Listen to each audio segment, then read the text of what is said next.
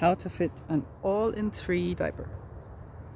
This is a gDiaper and we're going to fit it on our baby. So you have 3 different parts: the outer cotton, the waterproof pouch, and the insert. I will just put it like this. The G is actually on the bottom, so it has to be going this way around, and then you take your baby and it should fit.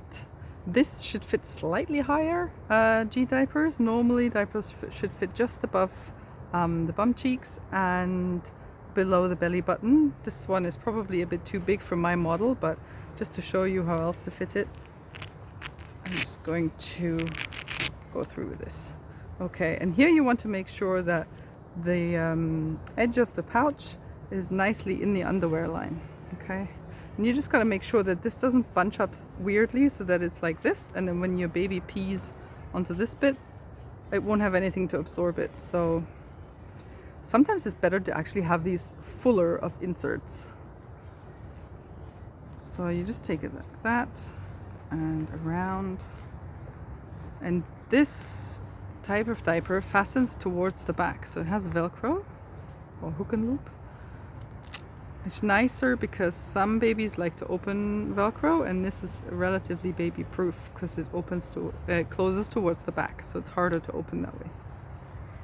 And you can see it's a little bit big, but we'll give that a go. It requires a little bit of practice sometimes, closing it towards the back. Okay, so you want to still be able to fit 2 fingers in here. This is relatively stretchy, so that's nice. You can be a bit more flexible with that. And then you want to have a tight fit, but you need to really look that the pouch actually has a tight fit. So here this doesn't, because my model has really skinny legs, but this should fit tightly along the skin. Okay, all right, and then just make sure that nothing is poking out.